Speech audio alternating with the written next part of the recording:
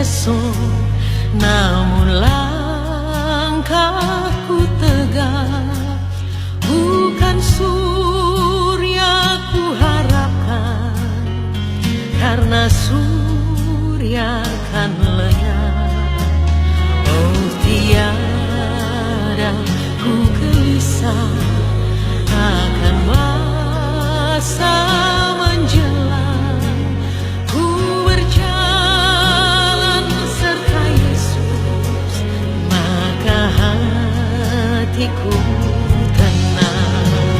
Banyak hal tak ku pahami dalam masa menjelang, tapi terang bagiku ini tangan Tuhan yang pegang. Takutkan hari esok, mungkin langit kan gelap, tapi Dia yang berkasihan melindungiku tetap. Meski susah perjalanan, gelombang dunia menderu, dipimpinnya ku bertahan sampai akhir langkahku. Banyak hal tak ku pahami dalam masa menjelang, tapi terang bagiku ini tangan Tuhan yang pegang.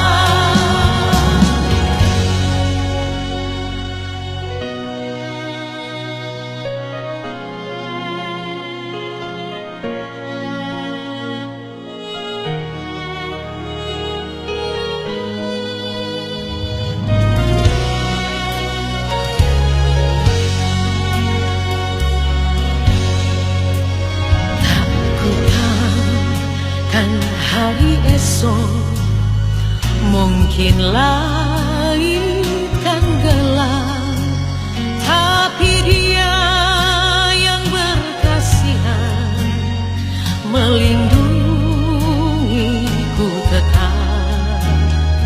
Meski susah perjalanan, gelombang dunia menderu, dipimpinnya ku bertahan sampai akhir langkah. Banyak hal tak ku pahami dalam masa menjelang, tapi terang bagiku ini tangan Tuhan yang pegang. Banyak hal tak ku pahami dalam masa menjelang, tapi terang bagiku ini tangan Tuhan yang pegang. Tapi terang bagiku ini tangan Tuhan yang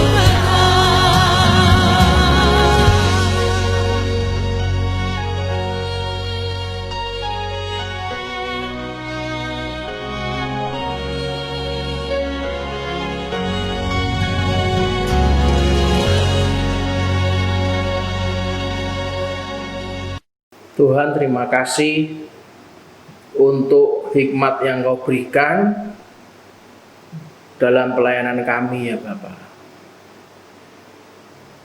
Biarlah apa yang kami sharingkan pada hari ini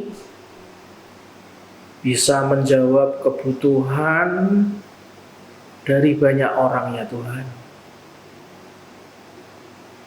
Berikanlah kami roh wahyu, hikmat dan pengertian, sehingga kami tahu bahwa apapun yang kami lalui itu adalah proses mendewasakan kami semuanya.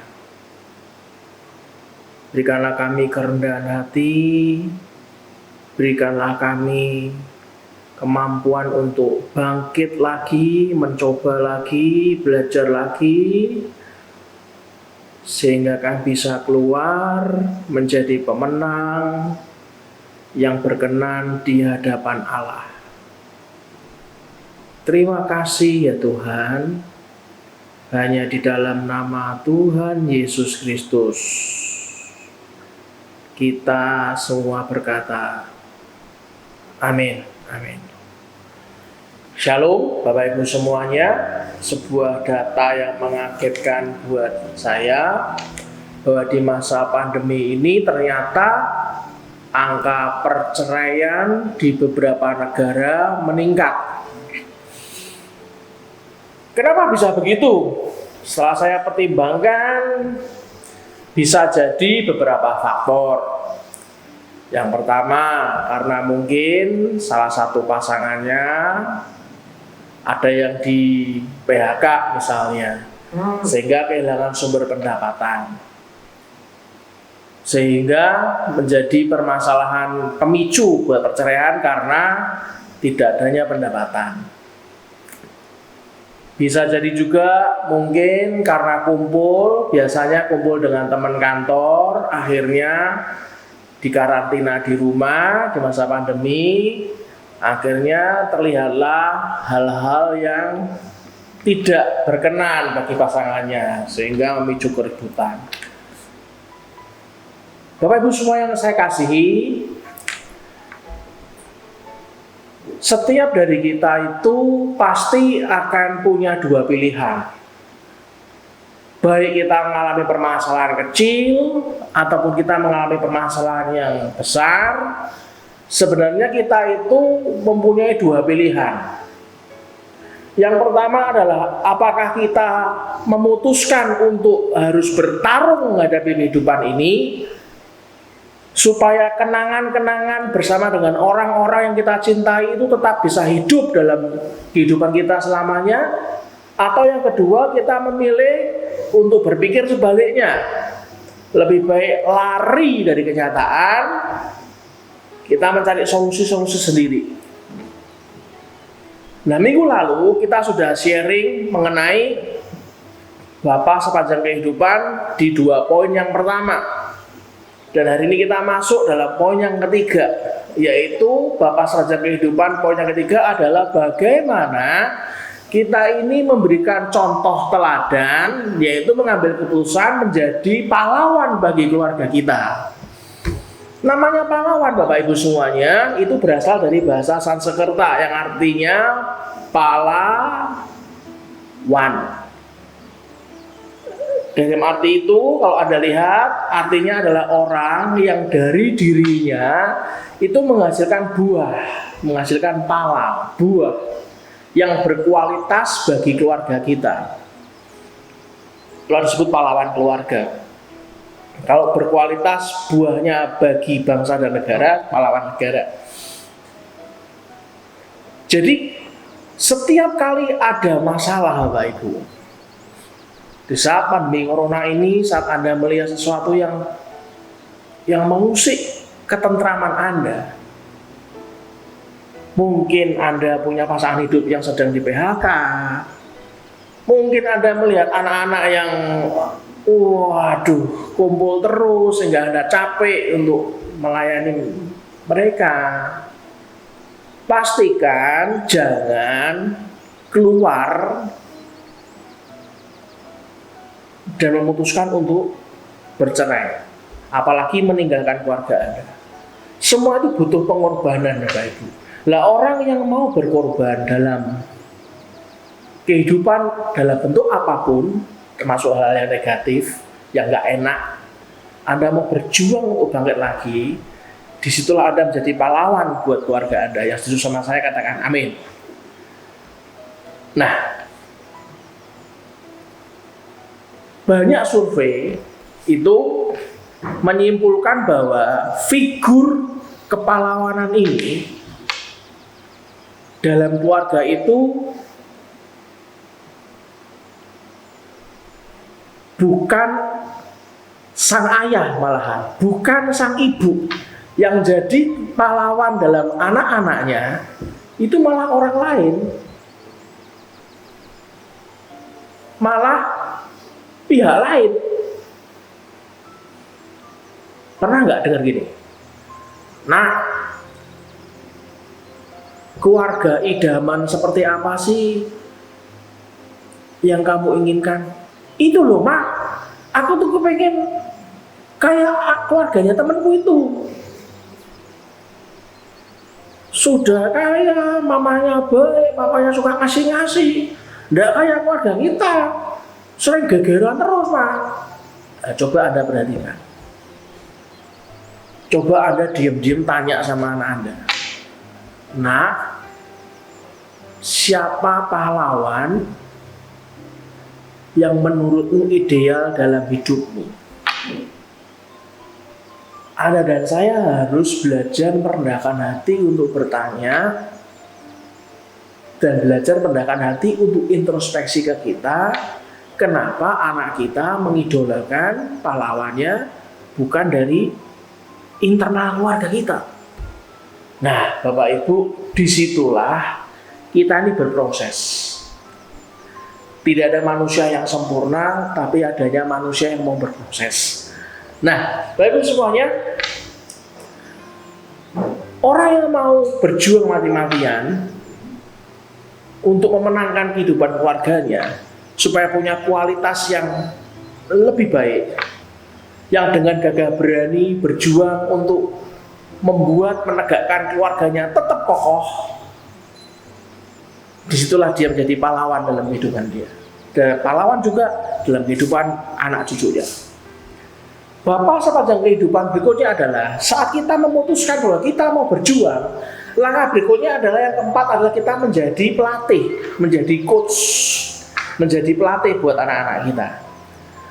Bapak Ibu, kita harus tahu bahwa dalam keluarga ini memang untuk menjadi pelatih tidak seperti kita itu membandingkan seperti pelatih dalam kelompok olahraga.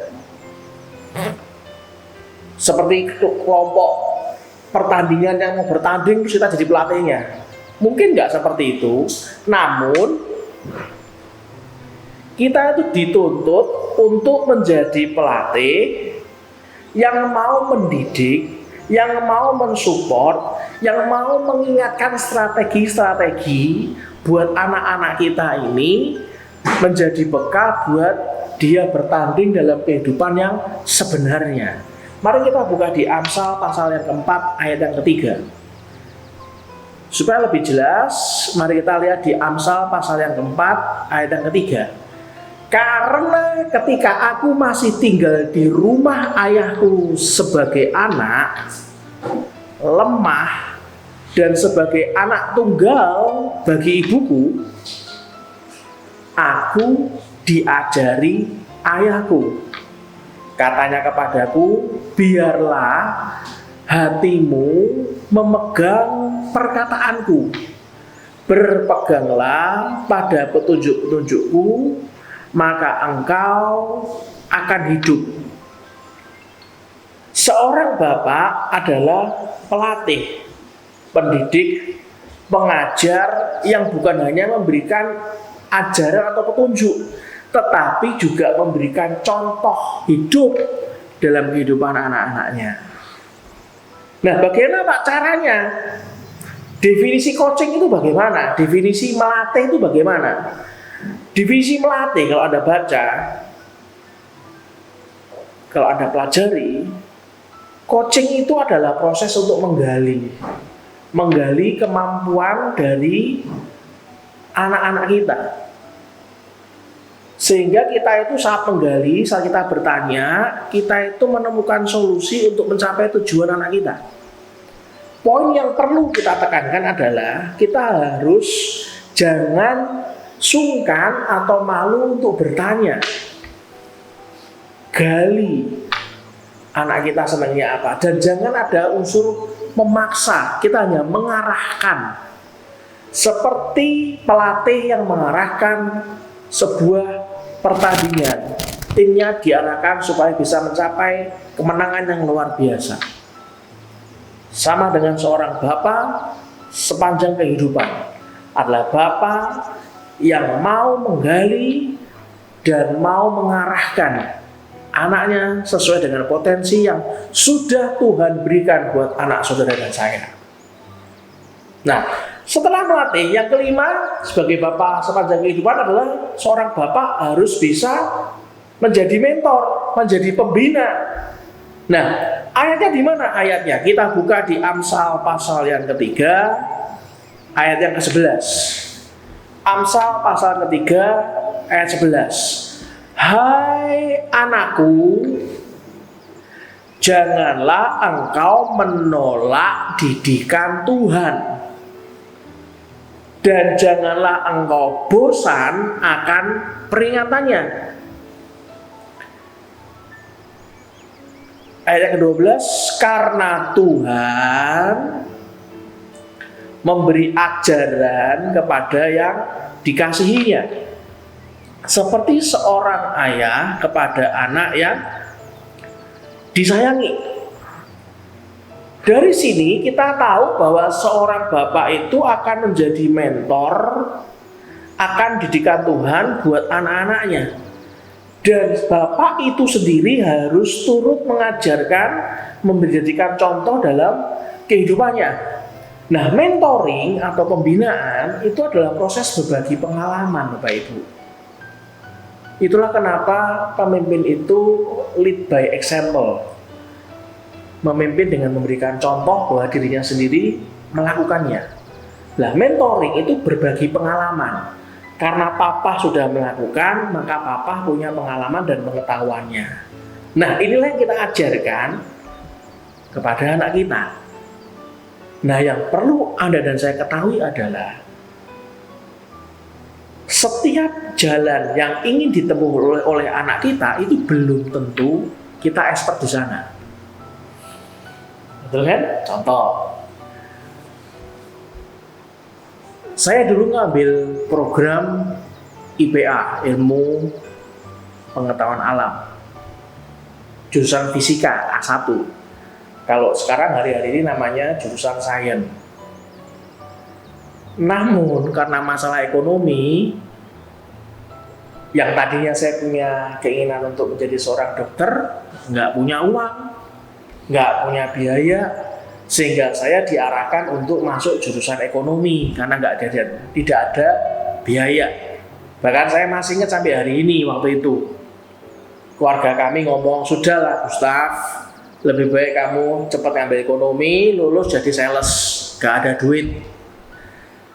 Tapi nanti Anda bisa lihat di awal bulan Juli, hari Rabu, Anda akan sama-sama lihat tentang anak saya, Brandon, yang nanti saya ajak talk show dalam acara Keluarga Kita Kuat. Untuk hari Rabu nanti Anda akan mendapatkan talk show lanjutan dari Bapak Josafatku. Nanti pada saat anak saya talk show, Anda akan melihat bahwa keinginan anak saya Brandon adalah di bidang otomotif. Otomatis Bapak dan Ibu, karena saya di bidang ekonomi, saya bisa menguasai di bidang manajemennya, manajemen kantornya, manajemen pabriknya, manajemennya. Tapi untuk bisa membuat desain mobil yang bagus, untuk bisa membuat pabriknya, itu bukan di bidang saya. Saya harus mendampingi anak saya mendapatkan mentor yang terbaik, dan saya harus mendampingi dia. Dari sini berarti kita harus prepare, Bapak Ibu. Wah Pak, anak saya kok kesenangannya beda sama saya. It's okay, jangan tegang, jangan bingung, jangan galau. Tapi kita sama-sama cari solusi, siapa yang mentor yang tepat untuk anak kita. Anda harus dampingi, Bapak Ibu. Loh, kenapa sih Pak? Kita serahkan kepada ahlinya selesai. Bukan seperti itu, akan timbul sebuah masalah. Loh, kok bisa? Saya berikan contoh kepada Anda. Saat anak Anda di mentoring, pola pikirnya akan sesuai dengan mentornya dia. Pulang ke rumah, kalau Anda nggak dampingi, Anda nggak tahu pola pikir mentornya anak kita. Pulang ke rumah, saat terjadi sebuah diskusi, Anda akan kaget bahwa pemahaman berpikir kita tiba-tiba berbeda aja dengan anak kita. Nah, kalau kita ini tidak mendampinginya, maka akan terjadi hambatan-hambatan yang sebenarnya harusnya tidak usah terjadi. Pahami dulu bahwa saudara Anda ini bisa berbeda bidang di kemudian hari dengan anak kita, Bapak Ibu. Itulah kenapa kita dalam tubuh Kristus ini saling melengkapi satu dengan yang lain. Benar kan? Nah, sadarilah dulu bahwa seorang bapak itu bukan tahu segalanya. Seorang bapak belum tentu menjadi mentor yang ahli dalam bidang yang anak kita ingin tekuni. Tapi yang harus kita lakukan, yang harus digaris tebal dan kita kasih garis bawah, kita harus mendampingi, menemukan mentor yang terbaik untuk kehidupan anak cucu kita selanjutnya. Nah, konsep berpikir inilah Bapak Ibu, kalau saudara dan saya itu bisa sama-sama terbuka dengan keluarga kita, nggak ada salahnya kok Bapak dengan ngomong, sorry ya nak, Papa nggak menguasai di bidang itu. Nggak ada salahnya kok kita ngomong belak-belakan kepada keluarga kita bahwa sorry aku nggak menguasai bidang itu. Tapi ayo kita sama-sama mau belajar. Nah, bagaimana dengan Bapak sepanjang kehidupan yang keenam? Setelah kita tahu bagaimana kita harus menjadi seorang pahlawan yang menjadi teladan dalam keluarga kita. Yang keempat, kita tahu bagaimana caranya melakukan coaching kepada anak kita. Yang kelima, kita tahu bagaimana caranya melakukan mentoring kepada anak kita. Dan yang keenam, kita juga harus mau bayar harga menjadi pendoa buat keluarga kita. Siapa sih yang bisa menjadi pendoa yang kuat buat keluarga kita kalau bukan Anda dan saya? Yang setuju katakan amin. Nah, otomatis untuk menjadi pendoa buat keluarga kita yang mensupport penuh keluarga kita, tentu saja kita akan diproses untuk menjadi pemimpin yang bijaksana. Katakan bersama-sama dengan saya, pemimpin yang bijaksana. Yang ketujuh, yang terakhir dari Bapak sepanjang kehidupan adalah untuk kita bisa menjadi coach, menjadi mentor, menjadi papa, menjadi pendoa, kita juga harus paham bahwa semua kita ini dituntut menjadi pemimpin yang bijaksana. 1 Petrus pasal ketiga ayat yang ke-7. Demikian juga kamu, hai suami-suami, hiduplah bijaksana dengan istrimu sebagai kaum yang lebih lemah. Hormatilah mereka sebagai teman pewaris dari kasih karunia, yaitu kehidupan, supaya doamu jangan terhalang. Seorang yang mau hidup bijaksana, orang yang mau melindungi kaum yang lemah di keluarganya,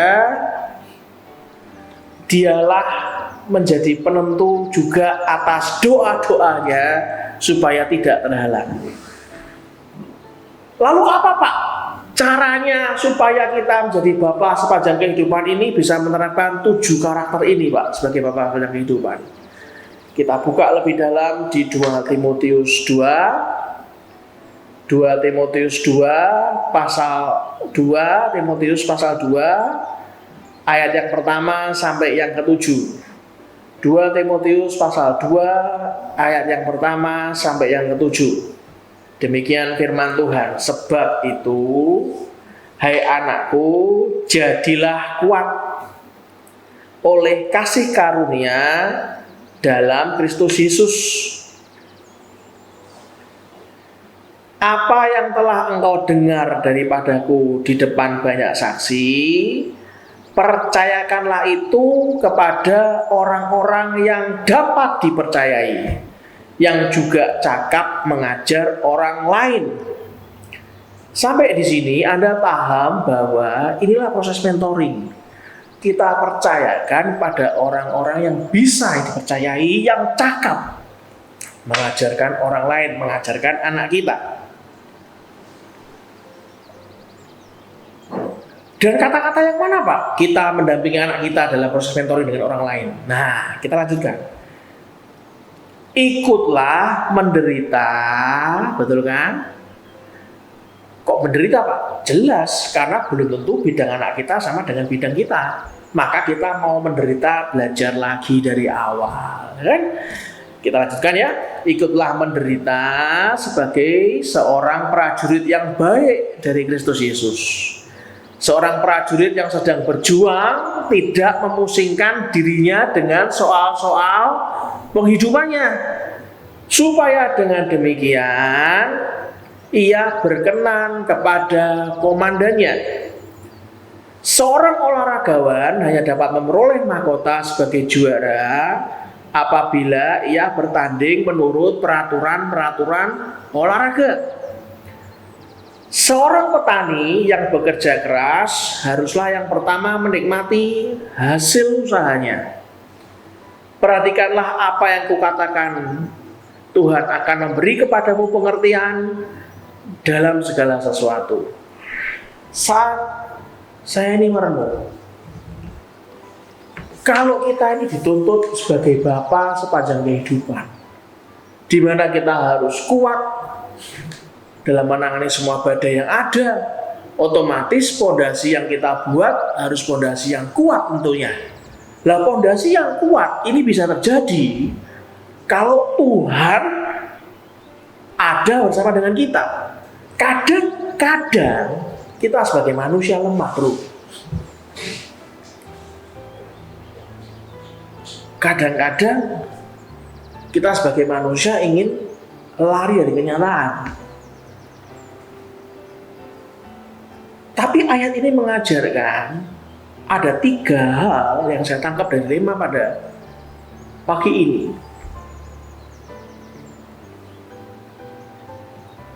Untuk kita bisa jadi bapa sepanjang kehidupan, yang pertama, punyailah pola pikir bahwa kita adalah seorang prajurit. Apa artinya? Ayat tadi mengatakan bahwa prajurit itu menggambarkan tentang kesiapan menerima perintah dari komandan.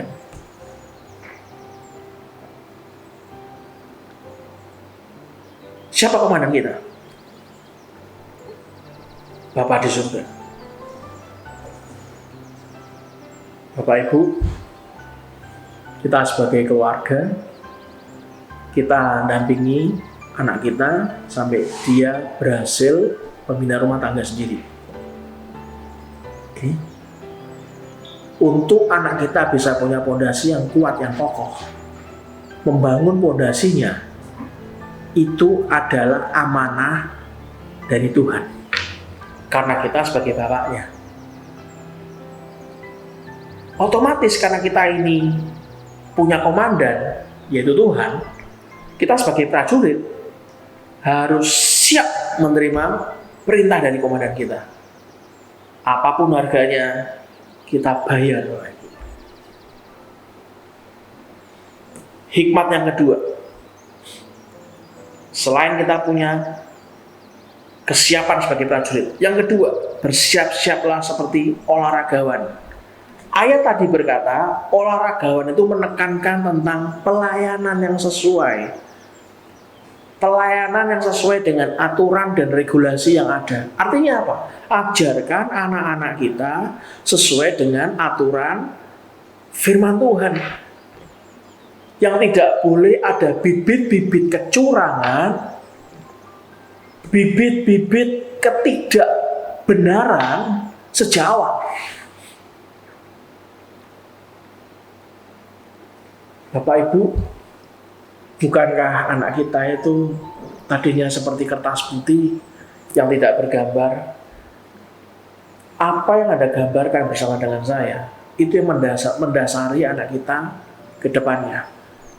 Kadang kita punya prinsip yang penting kasih duit, yang penting kasih uang.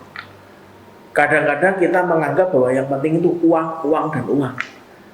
Saat tinta yang dicoret adalah bukan sesuatu yang benar, tapi sesuatu yang salah yang dia dapatkan dari teman-temannya, yang dia dapatkan dari lingkungannya, maka sebenarnya Anda menaruh sebuah fondasi yang bahaya dalam kehidupan berikutnya buat anak kita. Sebagai seorang prajurit, kita menggambarkan tentang kesiapan kita menerima perintah dari Tuhan, dari komandan kita. Yang kedua, pastikan kita juga memastikan bahwa kita ini sebagai olahragawan yang menekankan tentang pelayanan, effort yang luar biasa untuk menjadi olahragawan yang menang. Itu harus ada effort latihan yang luar biasa, tapi sesuai dengan aturan dan regulasi yang ada.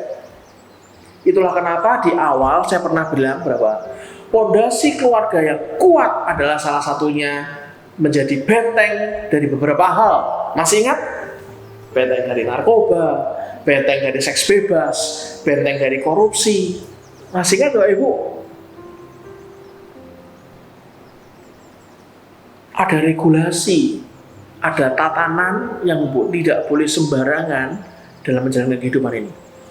Dan yang ketiga, dari ayat ini, dari 2 Timotius 2 ayat 1-7, Anda bisa baca lagi nanti. Yang ketiga adalah untuk bisa menjadi bapak sepanjang kehidupan, pastikan diri kita juga siap menjadi petani. Petani yang memberi pelajaran tentang kesabaran menantikan hasil untuk menuai apa yang kita tanam. Menantikan hasil dari apa yang telah kita kerjakan bersama dengan anak kita.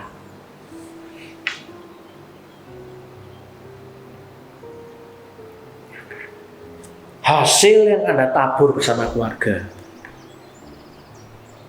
itulah yang menentukan generasi berikutnya ini tidak terhilang. Jangan pernah kehilangan generasi berikutnya, karena generasi berikutnya adalah penopang bangsa.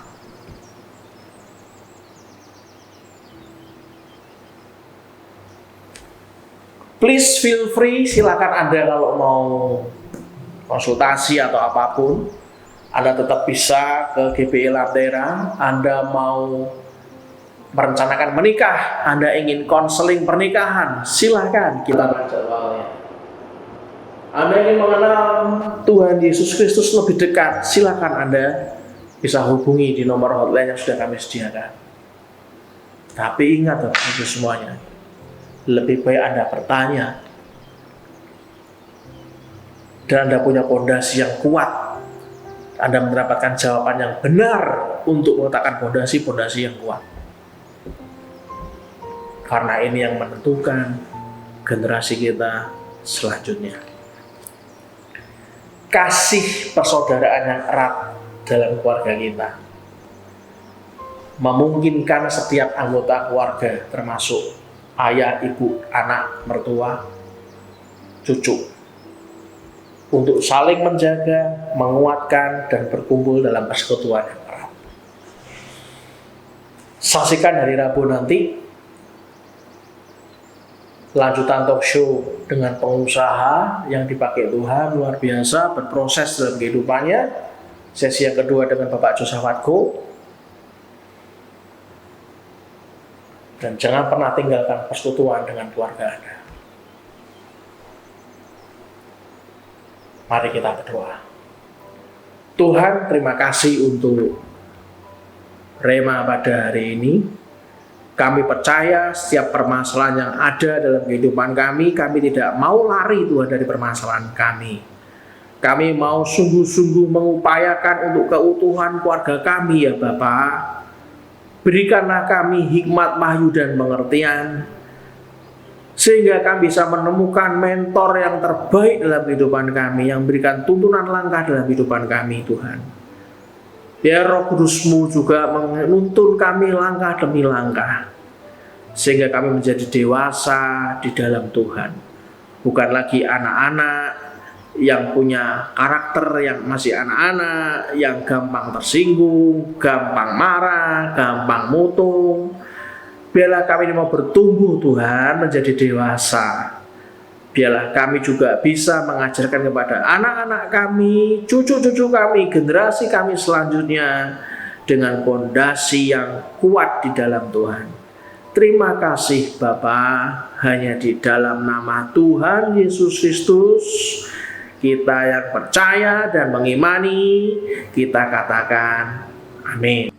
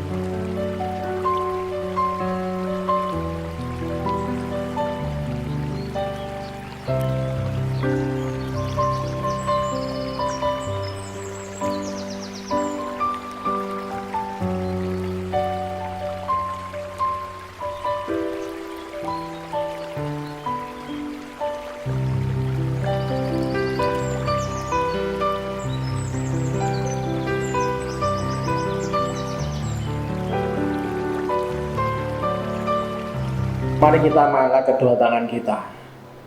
Tuhan, terimalah persembahan kami. Terimalah ucapan syukur kami, terimalah pengorbanan kami ya Bapa. Kami sungguh-sungguh mau memegang teguh Tuhan atas keluarga kami. Sehingga keluarga kami ini dibawa menjadi keluarga yang berkenan di hadapan Allah. Biarlah persekutuan dengan Allah Bapa, cinta kasih dan anugerah yang melimpah dari Tuhan Yesus Kristus, dan persekutuan dengan Tuhan Roh Kudus menyertai kehidupan kita dari saat ini sampai selama-lamanya. Dan biarlah diberkati pintu masuk dan keluarmu, diberkatilah pekerjaanmu, diberkatilah masa studimu, dan diberkatilah masa pensiunmu. Semuanya itu karena perkenanan Tuhan. Pekerjaan Allah yang luar biasa yang menjadi kesanggupan kita sampai hari ini. Di dalam nama Tuhan Yesus Kristus, kita semua yang percaya, kita katakan amin, amin, dan amin. Tuhan Yesus memberkati.